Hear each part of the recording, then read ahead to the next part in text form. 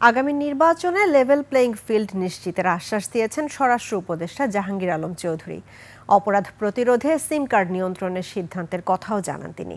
প্রস্তুতি অনুযায়ী সুষ্ঠু নির্বাচন হবে বলে আশা প্রকাশ করেন উপদেষ্টা। আকবর হোসেন সুমনের রিপোর্ট। নায়াসিনামাইড ও স্যালিসাইলিক সমৃদ্ধ লিলি ফেস ওয়াশ যা ফেসের ডেড স্কিন সেল দূর করে দেয় দ্বিগুণ ফাস্টার ব্রাইটেনিং। সচিবালয়ে স্বরাষ্ট্র মন্ত্রণালয়ের সম্মেলন কক্ষে আইন শৃঙ্খলা সংক্রান্ত উপদেষ্টা পরিষদ কমিটির 15তম বৈঠক। এতে জাতীয় নির্বাচনের সার্বিক প্রস্তুতি, আইন শৃঙ্খলা পরিস্থিতি, মাদক নিয়ন্ত্রণ এবং সহিংসতা সৃষ্টিকারীদের বিরুদ্ধে ব্যবস্থা নেওয়া সহ বিভিন্ন বিষয়ে আলোচনা ও দিক নির্দেশনা দেওয়া হয়।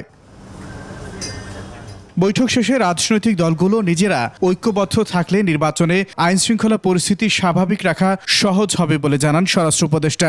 পলিটিক্যাল পার্টি তারা তাদের প্রবলেমগুলি সমাধান করবে এবং তারা যদি পলিটিক্যাল পার্টিতে তারা যদি নিজস্ব সমাধান করে ফেলায় এবং জনগণ যদি সচেতন থাকে তবে নির্বাচন আলায় দিলে ভালো হবে। আমাদের ক্ষেত্রে লেভেল প্লেইং ফিল্ড আগেও ছিল, ভবিষ্যতেও থাকবে, সব সময় থাকবে।